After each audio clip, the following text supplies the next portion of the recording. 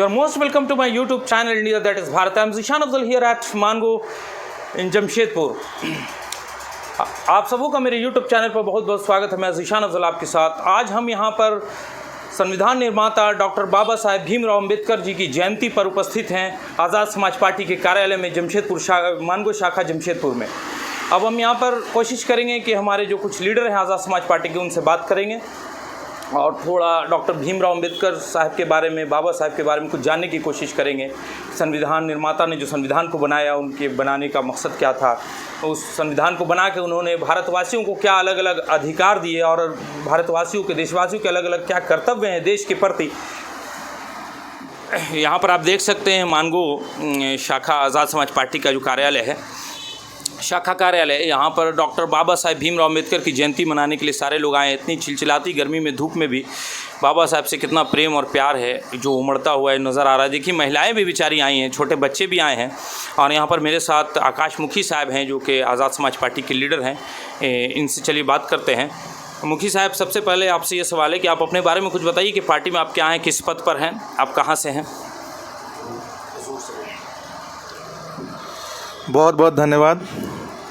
और आपके चैनल के माध्यम से जो भी व्यूअर्स जुड़े हुए हैं उनको भी जय भीम। आज बाबा साहब अम्बेडकर जी का 133वां जयंती है और उनके 133वीं जयंती के अवसर पर आज हम लोग मानगो जवाहर हमारा जो शाखा कार्यालय है, यहाँ हम लोग जो आज हमारा रैली का कार्यक्रम है, रैली का कार्यक्रम का शुरुआत यहाँ से होगा। और जो मेरा परिचय है, मैं आज़ाद समाज पार्टी का प्रदेश महासचिव हूँ। साथ ही मुझे जो हमारी संगठन है, हमारा भीम आर्मी भारत एकता मिशन, उस संगठन का मैं प्रदेश उपाध्यक्ष भी हूँ। और ऐसे मैं रहने वाला जादूगोड़ा से हूँ। जादूगोड़ा वही जगह, जादूगोड़ा जो है वो देश के पहले यूरेनियम माइंस के लिए विख्यात है। मैं जादूगोड़ा से हूँ।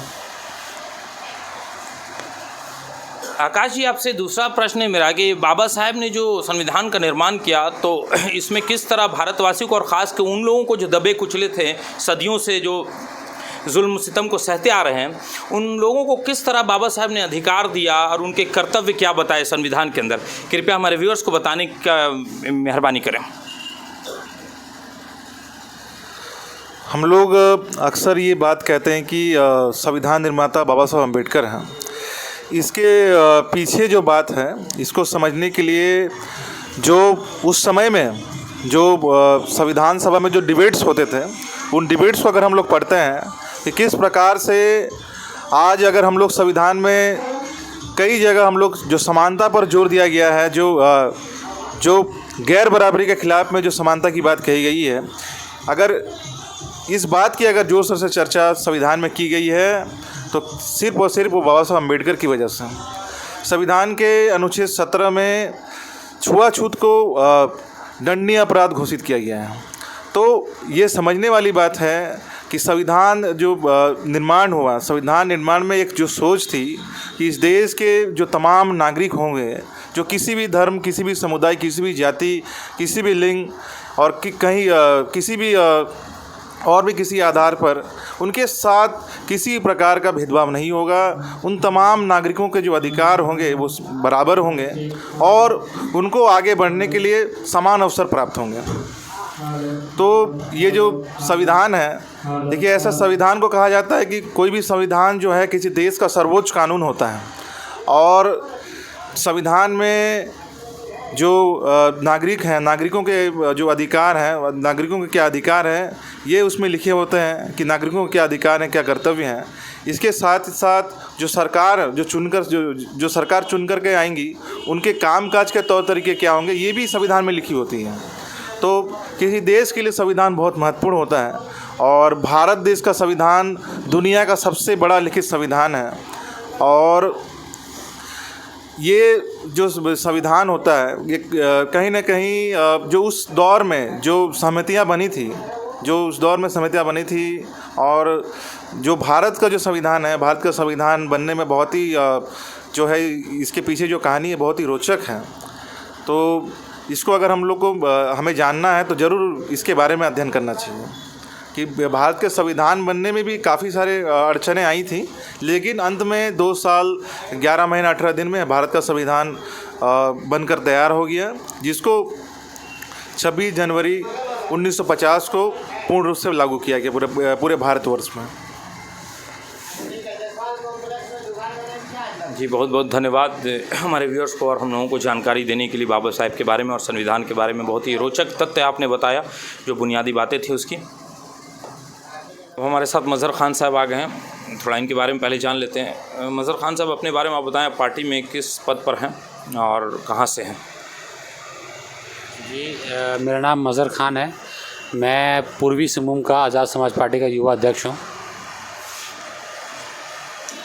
देश की जो वर्तमान स्थिति चल रही है, राजनीतिक स्थिति या सामाजिक स्थिति या आर्थिक स्थिति, इसको किस तरह से आप देखते हैं? और एक तरह से कहा जाए विषम या विकट परिस्थिति है, तो इससे किस तरह उबर सकता है देश हमारा? इसमें हमारा क्या योगदान होगा? आपकी पार्टी आज़ाद समाज पार्टी, आप लोग जो इतना हल्ला करते रहते हैं, हर जगह नारा लगाते हैं, हर जगह जो आप बोल रहे हैं नगीना में इतना भीड़ उमड़ रही चंद्रशेखर आज़ाद साहब के साथ, तो आप देश के लिए क्या विचार रखते हैं अपने दिमाग में? किस तरह से देश को इन परेशानियों, इन विकट परिस्थितियों से उबार सकते हैं अगर आप जीत गए 1 आध 2 3 MLA MP का सीट? तो देखिए, अगर आपको लगता है कि परिस्थिति आपके अनुकूल नहीं है, तो मैं आपको बता दूं कि जिस वक्त बाबा साहब अम्बेडकर संघर्ष कर रहे थे, या जिस वक्त काशीराम संघर्ष कर रहे थे, या जिस वक्त साहू जी महाराज संघर्ष कर रहे थे, या महात्मा ज्योतिबा फुले संघर्ष कर रहे थे, तो उस समय का जो वक्त जो है वो आज के समय से भी बहुत ज़्यादा ख़राब था। लेकिन जब वो लोग नहीं हारे, जब वो लोग संघर्ष किए, तो वो लोगों ने परिस्थिति को बदल दिया। तो हम लोग के पास सबसे बड़ा एग्जाम्पल ही यही है कि जब वो लोग अकेले बदल सकते हैं, तो यहाँ तो हज़ारों हज़ार का हुजूम है। अभी तो हमारे पास तो विचारधारा है, हमारे पास पूरा बहुजन समाज है, हमारे पास संख्या है, हमारे पास लोग हैं। तो अगर बस एक ही चीज़ हम लोगों को करना है, जो कि बाबा साहब अम्बेडकर ने हम लोगों को सिखाया है, वो है शिक्षित रहो, संगठित रहो और संघर्ष करो। तो हम लोग को सबसे पहले अपने लोगों को जागरूक करना है, अपने लोगों को बताना है कि हम लोग की संख्या क्या है, कि हम लोग 90% है, हम लोग कमेरी कौम है, और हम लोग के साथ जो शोषण हो रहा है, जो 90% लोगों के साथ, और जो 10% लोग शोषण कर रहे हैं, मतलब ये सोचिए कि जो 10% लोग हैं जो हम लोग के ऊपर शोषण कर रहे हैं, वो लोग एकजुट हैं और एकजुट होकर के हम लोग ऊपर शोषण कर रहे हैं। तो 90% लोग जिनके ऊपर शोषण हो रहा है, अगर हम लोग एकजुट हो जाएँ तो उनके खिलाफ़ जो है आराम से लड़ाई जो है वो लड़ा जा सकता है। तो हमारे पास सब कुछ है, बस हम लोग संघर्ष नहीं करना चाहते, हम लोग घरों से निकलना नहीं चाहते, हम लोग कुर्बानी नहीं करना चाहते। अगर आज का युवा और आज का यंगस्टर जो है सोच ले, तो फिर वो आराम से कर सकता है, आराम से जो चाहता है, वो जो बाबा साहब अम्बेडकर का जो सपना था, जो मिशन था, जैसा भारत वो देखना चाहते थे, तो वैसा भारत बनाया जा सकता है। लेकिन अगर युवा उठ के आए और युवा अगर जागरूक हो जाए और युवा अगर मेहनत करे, संघर्ष करे, तो जी। आपसे दूसरा सवाल ये है कि अभी मुल्क के अंदर बहुत ही मसला चल रहा है कि धर्म या रोज़गार, धर्म या बेटी की इज्जत, धर्म या आदिवासियों का जल जंगल ज़मीन। तो आप इससे क्या समझते हैं? यानी धर्म सर्वोपरि है या ये ज़रूरतें, बुनियादी ज़रूरतें इंसान की ये सर्वोपरि है? बहस किस पे होना चाहिए? चुनावी मुद्दा क्या होना चाहिए? चूँकि आप एक राजनीतिक पार्टी से ताल्लुक़ रखते हैं, इसलिए आप इसको थोड़ा हमारे व्यूअर्स को बताने की का कष्ट करें। देखिए, बाबा साहब को जब आप पढ़ेंगे, पहले तो मैं आपको बता दूं कि बाबा साहब जब हमको छोड़ के चले गए, तो उसके बाद बाबा साहब के विचारों को वो ज़मीन में गाड़ने का काम किया, इतिहास को गायब करने का काम किया इन जनसंख्यी लोगों ने। तो बाबा साहब को पता था कि ये सारा जो सिनेरियो है वो बनने वाला है, इसीलिए बाबा साहब ने बोला था कि जब मैं मर जाऊँ तो ऐसा ना हो कि ये लोग मेरी मूर्ति बना दें और मुझे विष्णु का अवतार बता दें। तो तुम मुझे मूर्तियों में मत ढूंढना, तुम मुझे किताबों में ढूंढना। तो ये सबसे बड़ा सीख था हम लोगों के लिए कि ये लोग का काम जो है वो टारगेट से हम लोग को मूव करना है। वो टारगेट से मूव करते हैं हम लोग को, और जो सही चीज़ है वो चीज़ नहीं बता करके हम लोग का ध्यान भटकाने का काम करते हैं। और धर्म जो है यही काम करता है। तो अब जो मेन हम लोग का जो संविधान है, जो हमारी ज़मीनें हैं और जो हमारा हक है, जो हमारा राइट है, इस सब को लूटने का काम जो है वो धर्म का चादर के पीछे होता है। और यही खेल जो अभी सत्ता में बैठे हुए जो जालिम लोग हैं वो हम लोगों के साथ कर रहे हैं, हम लोग को बांट रहे हैं और हम लोग को मार रहे हैं। जी, बहुत बहुत धन्यवाद हमसे बात करने के लिए। ये थे मजहर साहब। किस तरह से तैयारी चल रही है, आज चूँकि आज ये रैली है 14 अप्रैल को डॉक्टर बाबा साहेब भीमराव अंबेडकर की जन्म दिवस के अवसर पर आज ये बड़ी धूमधाम से रैली निकल रही है। देख सकते हैं आप लोग इसको, काफ़ी तादाद में लोग हैं, काफ़ी भीड़ आई हुई है। देखिए हर समुदाय के लोग हैं यहाँ पर। ये कार्यालय है आज़ाद समाज पार्टी का शाखा कार्यालय, जहाँ पर